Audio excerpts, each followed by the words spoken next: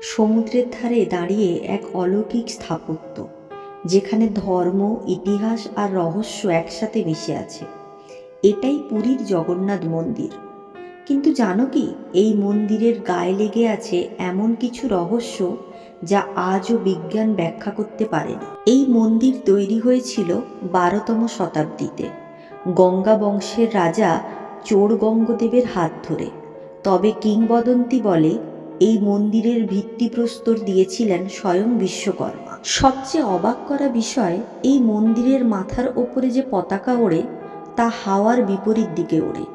যেখানে হাওয়া পূর্ব দিক থেকে আসে সেখানে পতাকা পশ্চিমে ওড়ে।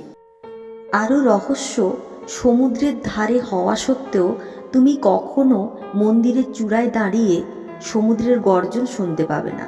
কেন জানো? কারণ এই মন্দির এমনভাবে তৈরি যে মন্দির ঢুকলেই বাইরের সব শব্দ নিঃশব্দ হয়ে যায়। আর মহাপ্রসাদ, প্রতিদিন লক্ষাধিক ভক্ত আসেন, কিন্তু একটুও প্রসাদ নষ্ট হয় না, আর কারোর জন্য কম পড়ে না। এটা কি কেবল পরিকল্পনা, না ঈশ্বরের ইচ্ছে? জগন্নাথ, বলরাম ও সুভদ্রার কাঠের মূর্তিগুলো এক রহস্য। প্রতিবার নতুন মূর্তি তৈরি হয়, কিন্তু বলা হয় তাদের ভেতরে আছে এক দিব্য শক্তি যা কখনো প্রকাশ পায় না। কেবল এক বিশেষ পুরোহিতই সেটা স্থানান্তর করতে পারেন।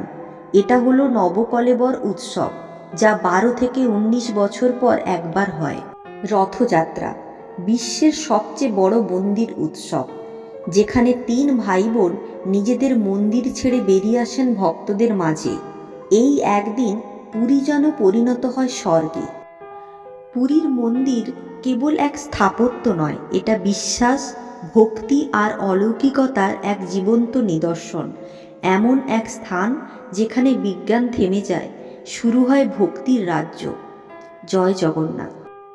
এই ভিডিও ভালো লাগলে সাবস্ক্রাইব করুন আমাদের চ্যানেল এবং কমেন্টে লিখে জানান আপনারা কবে গেছিলেন জগন্নাথ ধাম।